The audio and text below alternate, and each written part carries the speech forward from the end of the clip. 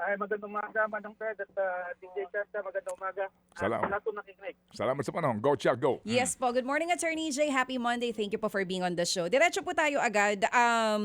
Hindi daw saklaw ng arbitral ruling ang Kalayaan Island Group. Professor, para lang po mas malinaw, ano nga po ba yung saklaw nitong 2016 Arbitral Award? Well, yung saklaw po ng award ay una, yung legality o validity, no? Nung claim ng China dun sa buong 9-dash line, o ngayon 10-dash line na siya, di ba? Na pag alaman natin doon na invalid po yan, walang visa, no? Walang basihan. Yung pong pagdating doon sa Kalayaan Island Group, ang nasabi lang po dyan ay yung tinatawag na status ng features, no? Yung anong epekto niya. Kung siya ay mayroong territorial sea, exclusive economic zone, continental shelf, bali po na yung maritime zones na meron siya. At napag-alaman doon na ang meron lang siya ay yung territorial sea. No? Pero hindi sinabi nung judgment kung kanino yung mga isla na yon. No? Unresolved po yan. So, kumbaga, status quo pa rin. Tapos, ang iba pang napag-alaman doon ay dahil na hanggang 12 nautical miles lang ang kayang generate itong mga isla na to, ibig sabihin, sa labas nun, ay ang status ng katubigan ay sa karamihan ay either exclusive economic zone ng Pilipinas o kaya ay high seas, no, na walang mayari. At yun po ang ating pinangahawakan para sabihin na ang China walang karapatan na angkinin ang katubigan dyan. No? Bagamat yung issue sa mga isla, kung sino may-ari nun, ay hindi pa rin nare-resolva. So, okay. Attorney Jay, malinaw.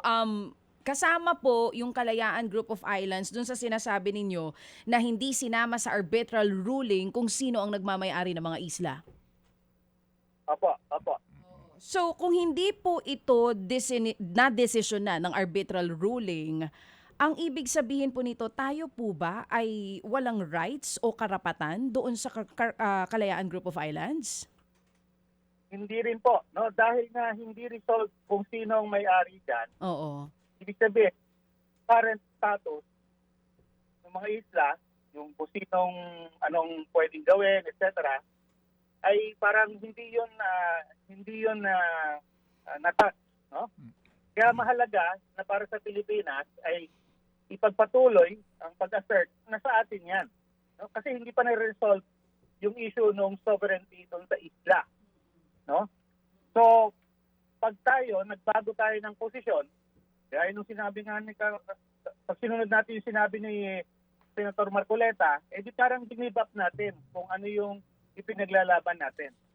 Okay, naiintindihan po natin siya. Pero Attorney Jay, paano po kaya iyon? Para lang mas maintindihan ng mga kapatid natin, paano nga po ba napunta sa pamamahala ng Pilipinas? Kasi there's a government, yun din ang sinasabi ni Senator Panfilo Lacson, may existing government dyan sa Kalayaan Group of Islands, may pondo na ibinibigay ang gobyerno para dyan. Paano po ba yun napunta sa Pilipinas in the first place? Para lang po mas malinaw. Well, basically, tayo po ang tumao dyan at kapag-establish na ng functioning na local government doon sa area at ginawa natin siyang parte ng Palawan. No? So, makatotohanan po yun. Walang ibang nakagawa nun. No? And in fact, lahat ng ibang claimants nahuli sa paggawa nun. Tayong nauna. Okay, At simula nga nung 1970, talagang nandun na yung Kalayaan Island Municipality. No? So, doon pa lang, pinapakita na yung lugar na yon ay talagang napasa atin na. Oo. So, anong taon po yan? Yan ba yung binabanggit dito ni Senator Ping doon po sa kanyang tweet na res nullius o terra nullius sa international law? Ano po ba iyon? Well, yun po kasi ang posisyon ng ating pamahalaan noon pa ay yung mga isla na yan ay naging terra nullius. No? Ibig sabihin, open for occupation and acquisition. No? Pwede siyang angkinin at ariin, ng ibang bansa. No? At dahil terra nullius yung status ng mga isla, kung sino makapag-establish na, makapaglagay ng tao dyan, maka-establish ng sovereignty dyan, sa kanya mapupunta yun. So yun po talagang posisyon dahil tayo ngayong nauna, no, edi sa atin yan. Anong taon po ito napunta sa Pilipinas, itong Kalayaan Group of Islands? Kailan tayo nagsimula na magkaroon na ng gobyerno dyan at ng mga tao dyan? Nagkaroon po ng press conference ang gobyerno noong July 10, 1971 na inanunsyo nga na napasa atin na yan. We have established our sovereignty over the Kalayaan Island. And it has been a long time na talagang nasa Pilipinas na yung Kalayaan Group of Islands. Opo, dahil, Oo. dahil nga po, wala namang tumatao doon. Kung meron man, hindi naman sila nagtatagal. Oo. At legal po yun? Legal po yun, dahil nga ang posisyon natin ay terra nullius yung lugar. Okay. Paano po naiiba yung Kalayaan Group of Islands dun sa Spratlys Island naman? Ano pong pagkakaiba ng dalawang yun?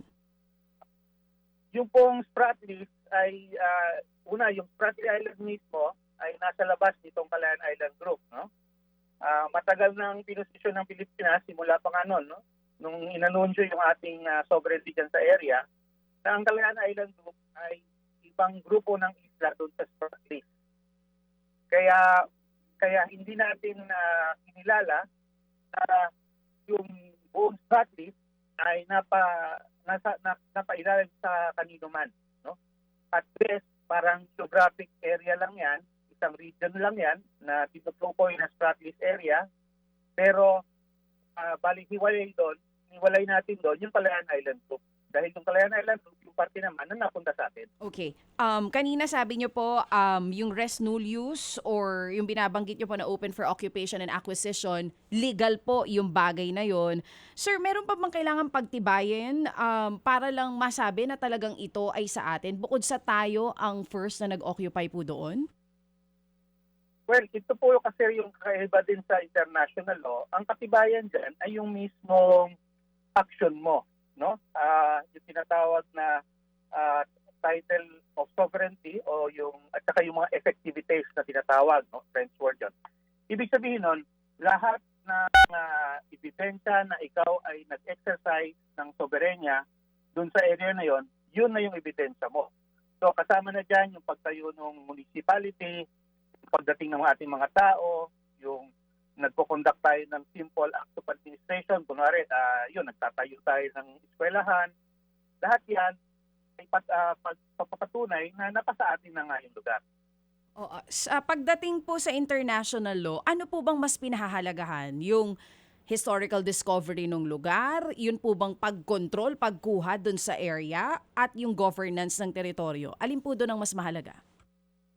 Well, ang mas mahalaga po talaga ay yung pag-control, yung tinatawag na effective occupation.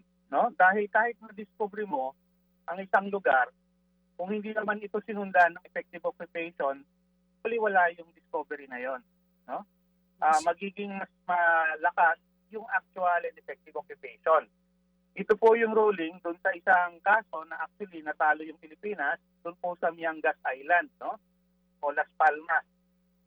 Yun po ay isang isla na nasa loob ng area ng Treaty of Paris, pero actually occupied ng mga Dutch. Kaya sa ngayon, pati siya ng Indonesia. No? Okay. Kahit siya ay Mindanao. Oo, that's a good comparison. Sinasabi niyo po yung Las Palmas Islands, even if ang first discovery niyan sa ating mga Pinoy, pero ang nag-occupy at ang tuloy-tuloy na nag-governance dun sa teritoryo is the Dutch, sa kanila po napunta ito. Tama po ba? Opo. Okay. Sir, may ano po ba? Meron bang kumbaga yung continuous presence natin diyan sa area na 'yan, gaano po kahalaga? Kasi nga sinasabi ninyo mas matindi yung ikaw na nakadiscover pero hindi mo inoccupy hindi ka nagpadala diyan para magkaroon ng mga tao ng gobyerno diyan. So gaano kahalaga yung continuous presence ng mga Pinoy diyan po sa Kalayaan Group of Islands para mapanatili ito na nasa atin talaga? Sobra pong halaga nun dahil yun nga mismo yung pruweba na sa atin yun.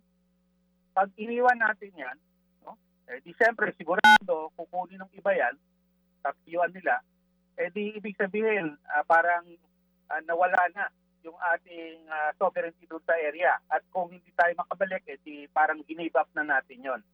Lalo na kung voluntary nating i-give up, gaya ng sinasabi ni Senator Marcoleta.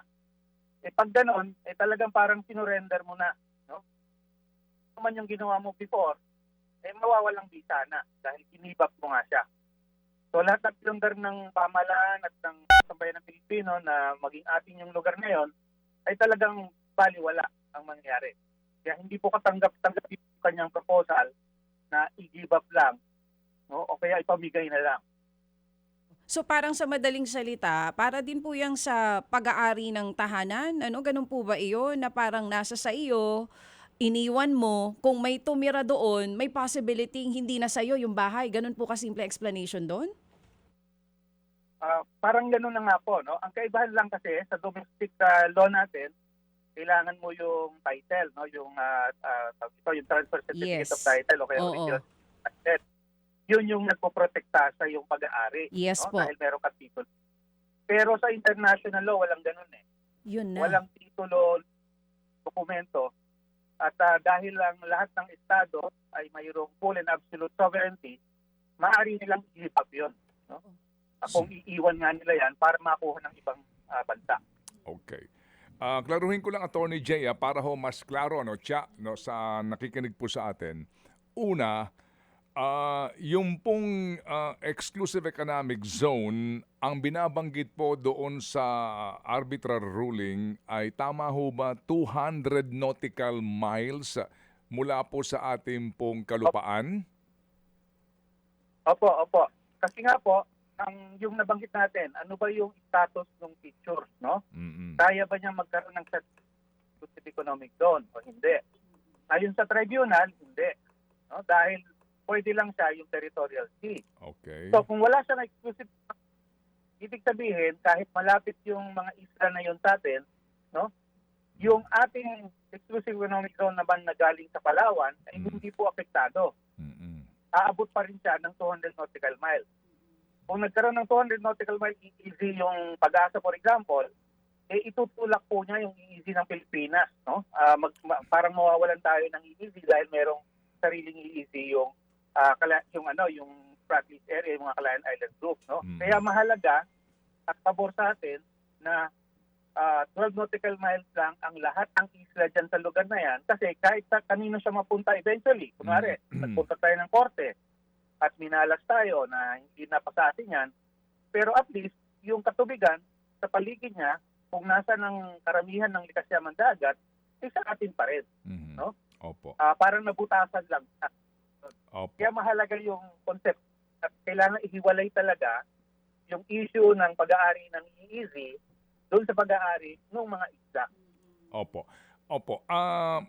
Para din po mas malinaw, talaga pong lumalabas na klaro po doon sa decision yung ating EEZ at yung pong Spratlys kung saan po nandoon itong Kalayaan Island Group, yan po ay contested until now. Tama? Yun pong EEZ, para sa atin, hindi na yan contested. Opo. Kasi sinabi na ng tribunal na entitled tayo sa buong 200 nautical miles. Opo. Yes, sir. Ang contest lang ay yung pag-aari ng mga isla at yung kanyang 12 nautical mile territorial sea if ever. Opo. Yung Kung nga po. meron man. Opo, yung nga po, kinaklaro ko po, attorney, kinaklaro ko nga po, doon, yung EEZ natin, established na yon, settled na yon. Tama? Opo. Ngayon, ito pong Spratlys kung saan po nandoon itong Kalayaan Island Group, yan po ang contested until now at hindi pa resolved. Di po ba, no? Opo. Oh, yeah. Opo. Klaro yan, ha? Ngayon, dahil nga po yung Kalayaan Island Group na yan, nandiyan po yung municipality po, no, ng Kalayaan, okupado po natin, kumbaga, sa ilalim po ng umiiral na panuntunan international, tayo po ang may possession nito. So, ang ating claim, atin ito. Opo. Yan. Klarong-klaro yan. Ano po? Okay, ngayon. Yun ho bang sinasabi na dahil ito labas at may contest nga na hindi sakop kasi po lumalabas na ito po ay higit doon sa 200 nautical miles. Yung pong pag-contest dito ng ibang mga bansa, ito hong ating possession na ito, bagamat kinokontest nila, hindi sila maaari pong agad na okupahin yung lugar at paalisin tayo doon o lumikha po ng anumang pong armed invasion. Well, una po, no, hindi po konektado yung 200 nautical miles doon sa pag-aari sa isla. No? Iwalay nga po na issue yun. No? Tapos dahil nga, kumbaga, possession yung ating title doon ngayon, no? Yun yung nag-maintain ng ating title. Kaya pag-aari natin yan dahil nakaposisyon tayo dyan. No? Oras na makuha pa, ay mawawala yung title na yon, no? Mawawala yung ating sovereignty doon. Sa ngayon, wala pong pumipigil sa ibang bansa na paalisin tayo doon, patalsikin tayo doon by force. No? Pan lamang doon sa ating agreement, no, na dapat marisolba ang mga issue na to peacefully. Okay? Yan po itong declaration of conduct na tinatawag. No? Kaya committed po ang lahat ng mga partido, dapat peaceful settlement ito. No? Walang gamit. Ang problema nun, siyempre, una, siyempre yung kabila, napakita naman natin, no, na hindi siya nagpipigil na gumamit ng dahas, inuunti-unti niya. No? At pangalawa, yung mga tao katulad nga ni Senator Marcoleta, no, parang ang ginagawa ay, nga, peaceful, pero by surrender. No? Peaceful surrender yung kanilang pinupuntirya. No? Na advantageous yun sa kabila. At disadvantageous naman sa atin. No? Dahil parang hindi mo na nga paglalaban kung ano yung pinundar mo nitong all these years na tayo nakatayo doon. Opo. Ganito po, attorney, para again para lang po mailinaw po natin tong isyong ito ng lubos na kauna-unawa. Unahin ko lang po, totoo ho ba na yung pong mga nung panahon pa po ng mga Amerikano, meron na pong lumang Philippine maps at doon po meron nang nakalagay na West Philippine Sea? Yung West Philippine Sea po ay bago lamang dahil nga in-establish yan ng Administrative Order 29 Series of 2012 at yan ay ni-reinforce ng Republic Act 12064. No? Yung mismong pangalan doon ay ginamit natin para nga tukuyin ang lahat ng katubigan dyan na sa atin. So kasama dyan ang West Philippine Sea at yung mga territorial sea ng mga isla natin doon, ng Calayan Island Group. So para mas madaling sabihin, no? Kaya natin pinangalan. Opo. Pero ang claim po naman ng iba ay magmula noon, nung ito nga po ay pinangalan ng West Philippine Sea sa pamamagitan po ng isang order ng Pangulong Aquino, pati ho ang inyong binabanggit na ngayon na panibago po ding issuance, pero wala pa daw po nagagawa ang NAMRIA o maging ang DFA ng charts o maps concerning the West Philippine Sea. Dahil nga din po dito po sa technicalidad na ito na wala pang kumbaga yung nga ang hinahanap yung mga coordinates. Di po ba? Ano ba daw ho ang coordinates ng West Philippine Sea para matukoy mo talaga ang area na sakop natin? Ayan na naman. Una po, no, may mapa po na nakasulat na ang West Philippine Sea. Actually, dinownload ko siya nung isang araw lamang. Doon po sa website ng NAMRIA. Ang laki nga po ng West Philippine Sea. So, hindi totoo yun na walang mapa. Pangalawa, yung pagkakalit ng coordinate, alam ba nila kung anong ibig sabihin at ano gusto na ang hinihingi nila, no? Ang coordinate po ay isang point, diba? Latitude and longitude. Kung gusto mo going ang hangganan ng West Philippine Sea na kurbada at medyo mabilog at sunod-sunod ang korte ng Pilipinas, you will need, ang kailangan mong bilang na coordinate ay maaaring 100,000 o kaya ay infinite. Walang katapusan. Bakit? Dahil ang coordinate, ang point, wala pong dimension dyan. No? Hindi yan 1 meter, square meter, hindi yan 1 centimeter, 1 point lang yan. No? Mhm. So para sakawin ka ng hangganan ng West Philippine Sea, using coordinate, imagine mo na lang, Ted, na parang nag-drawing ka ng mukha ng tao gamit ang isang kalayom at ang bawat punto ng linya ay tinutusok mo.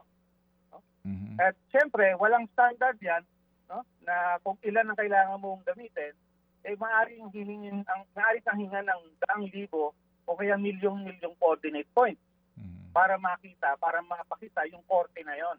Mhm. Kaya hindi kailangan ng coordinate, no? Mayroong madami kailangan daw magbigay ng coordinate, parang nagpa-file ng survey plan sa Register of Deeds. Mhm. Wala pong ganun sa international law. Kaya nga po ayon sa UNCLOS, ang kailangan lamang ay sukatin mo kung ang yung tinutukoy ay within 200 nautical mile ng baseline. Mhm. Yun lang ang kailangan mo, Mhm. hindi yung coordinate. Mhm. Kung requirement lamang sa UNCLOS na magbigay ng chart with coordinate ay for information only, no? Mhm. Hindi yon condition para magkaroon ka ng EEZ. Opo.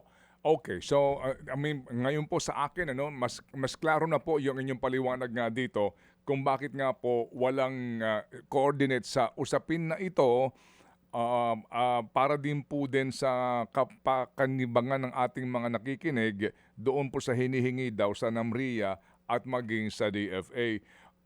Attorney, yung pong ngayon na hawak nga natin na isla po ng Kalayaan, kapag po ang sinasabi para wala ng question, wala ng wala ng tensyon. Kumbaga sige, para magkaroon ng katahimikan, doon na tayo mag-stick sa ating EEZ at yung Kalayaan na yan, yung bahagi na splatlist na yan, ay otherwise, i-give up na lang natin. Oo, para na sa ganon, wala nang gantong uri pa ng mga pakialaman. Parang, yun nga, nasabi ko, surrender lang yan, no? Una, isang kahibangan yan, no, na para lang walang gulo, give up mo na lang. The next time, pag ginulok sa ibang lugar, kunwari sa Palawan, no? Like, nung sabihin mo, i-give up na lang natin para wala ng gulo. Alam naman natin ngayon, no, nakikita na natin sa social media ng China, yung kanilang main dash line, expand na nila, may mga lumalabas ng mga mapa ngayon na sakop yung buong Palawan, nasa loob na ng Silusi yung kanilang 9 dash line, no? Lumiko na. Mhm. Di sa Calao, kung nakita nila na, ang Pilipinas pala, guluhin mo lang, ibibigay na niya. Guguluhin na lang nila tayo next time sa Palawan para i-give up na lang natin. And eventually, lahat ng gusto nilang kunin sa atin, guguluhin na lang nila tayo para matahimik na, di ba? So, yun po yung masama doon sa ganung klaseng pag-iisip. Hindi nilang isipin na paglaban at panindigan kung anong atin. Bibigay na lang basta may gugulo. Okay. Sige po. And attorney, again sorry po sa pagiging kumbaga makulit dito. Para lang mailatag po yung inyo pong yung inyong rason at ang inyong argumento.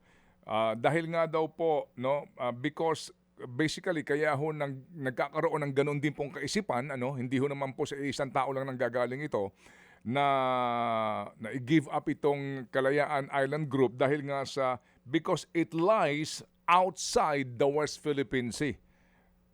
The Kalayaan Island Group lies outside the West Philippine Sea.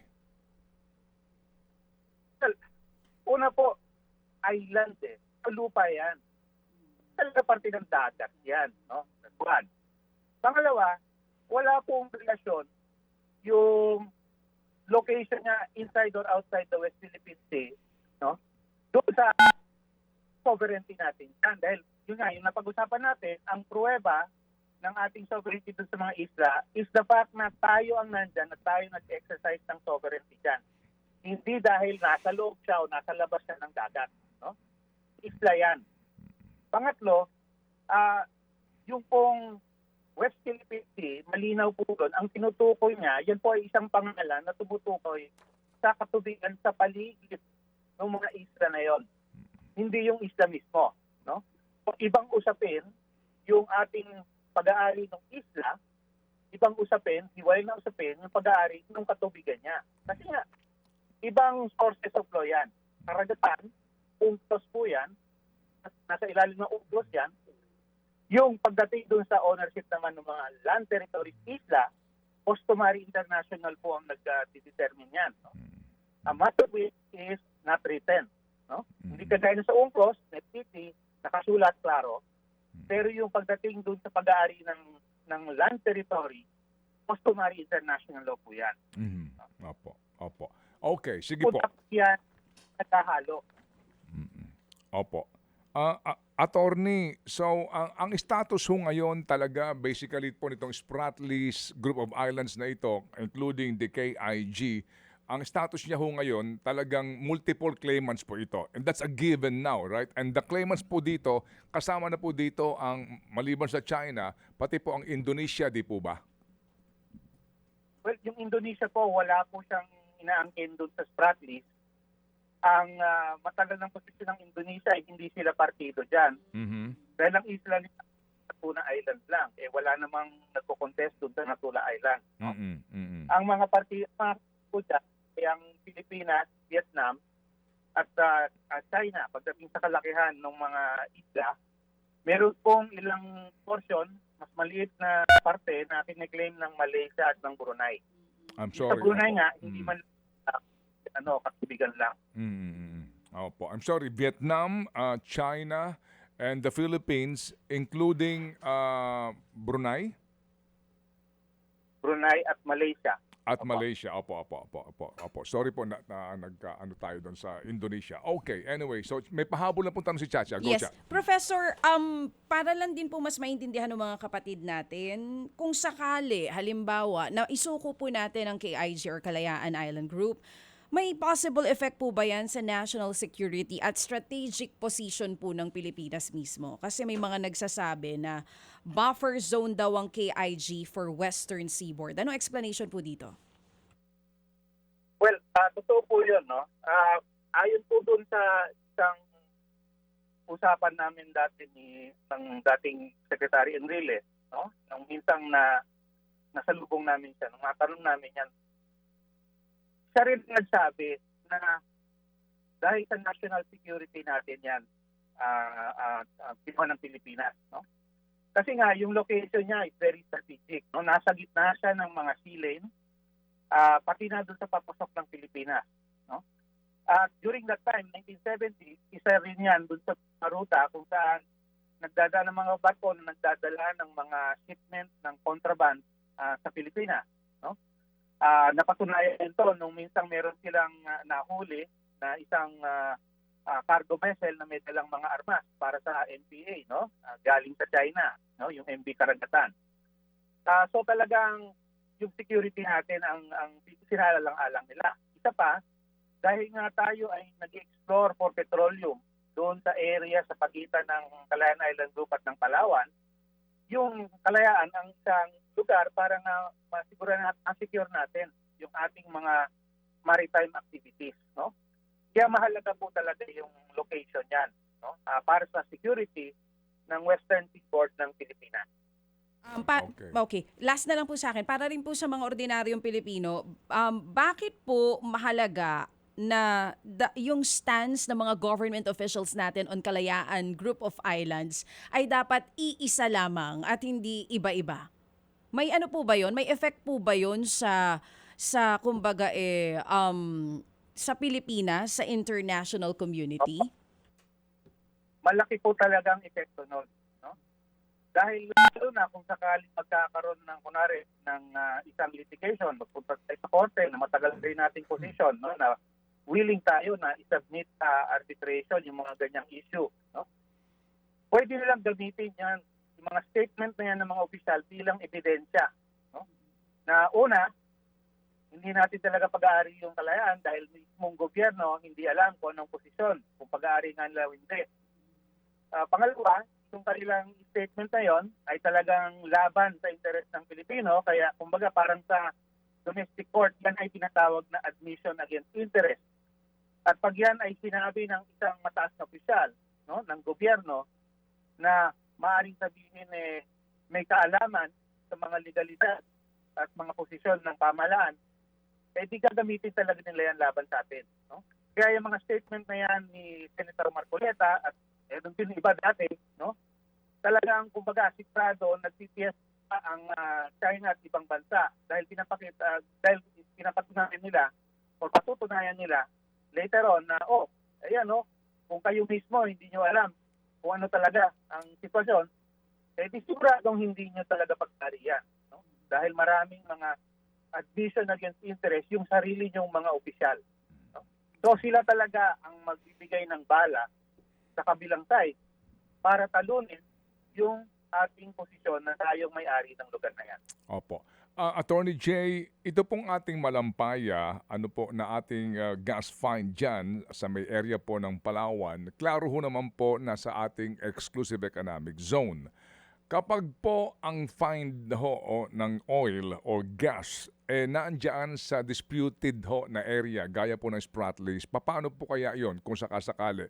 Pwede ho ba tayo mag-explore dyan in that area na hindi labas po naman ng ating EEZ? Well, una po, yung sa labas ng EEZ, kumbaga free for all yan, no? Sa lahat ng bansa. No? Pwede nilang explore yan at kung may makita nila, pwede nilang exploit kung nasa labas siya ng exclusive economic zone. Mm-hmm. Kung nasa loob, ay yung may-ari lang ng exclusive economic zone ang dapat magdidesisyon dyan. Kung i-explore niya yan at i-exploit yung resources o papayagan niya ang bansa na gumanon. No? Kung nari, merong deal, no? Merong joint exploration and development. Ang importante doon, ang decision ay yung may-ari ng EEZ. So yung malampaya, nasa loob yan ng EEZ, klaro yan. No? Sa labas, pwede natin gawin din yon kung meron tayong kapital at merong mga interesado kung may market para doon. Pero sa ngayon, wala pa. Pero mas malaki natin problema, ang China, kahit yon yung area na yun diyan, 200 miles natin, kahit yun, inaangkin nila. No? At ayun nga, hanggang dito sa atin, inaangkin nila yung ating EEZ, mga 80% ng EEZ. In some places, ang matitira lang sa atin, mga 20 nautical miles. No? Ang EEZ. Na walang, kumbaga, walang agreement, walang usapan, impose lang niya, kinukuha lang niya. No? Opo. Kahit na sa atin yan. No? So yan yung mawawala sa atin. Napakalinis pa yung mawawala talaga sa atin. Kung basta lang natin i-keep up. Opo. Sige po. So kumbaga po, klarong-klaro na itong gusto mangyari ng China sa kanila pong pagbubuo ng dati nga po 9-dash line, ngayon po'y 10-dash line na. Klaro po ito na pagsakop maging sa ating exclusive economic zone na halos 80%. Kasi nga yan po ang kanilang ginagawa ngayon. Wala silang sinusunod na anumang pong panuntunan, pati po itong UNCLOS, ito pong arbitral tribunal po na resulta ho ng ating pong pakikipaglaban doon, hindi nila tinatangkilik o nirerespeto o kinikilala. Opo, totoo po yan. At ang isa pang hindi maganda dyan, kung nag-negotiate tayo para sa UNCLOS at nag-negotiate tayo na magkaroon ng EEZ, kakampi natin ang China. No? Dahil ang dahilan kung bakit nagkaroon ng EEZ ay yung mga developing countries ayaw nilang agawin ng mga malakas na bansa yung sa tabi nila, no? Sa karagatan nila. Ngayong malakas na yung China, bumaliktad siya, hinaangkin niya ngayon. Exactly, itong mga likas yamang dagat na dapat pinoprotektahan itong concept ng EEZ. No? Kaya hindi po talaga maganda kaya dapat natin sila payagan na ganun-ganun lang sasabihin, no, gagawin na aangkinin ito pagkatapos nila makipaglaban kasama natin noon, tapos babaliktad sila kung sila na ngayon yung nasa posisyon, sila nang nasa poder ngayon. Okay. Sige po. So, Attorney Jay, salamat sa inyo pong panahon na binigay po sa aming programa. Kami po ay natutuhot na liwanagan po sa napaka-importanting isyong ito. Salamat, Attorney Jay. Mabuhay. Welcome po, welcome. Opo, thank you. Mga kapatid, brothers and sisters, saan ka pa? Dito na tayo sa totoo. Dito na tayo sa True FM. Mga kapatid, mag-subscribe and follow po kayo sa social media accounts ng True Network PH. Yan po kami. Hanapin nyo lang True Network PH, Facebook, Instagram, YouTube, TikTok, and podcast. Mapa Apple or Spotify man yan, mahahanap nyo kami. Lahat ng mga napapanood at napapakinggan nyo po sa programa, nasa social media accounts namin yan. So, paano mga kapatid? See you sa social media!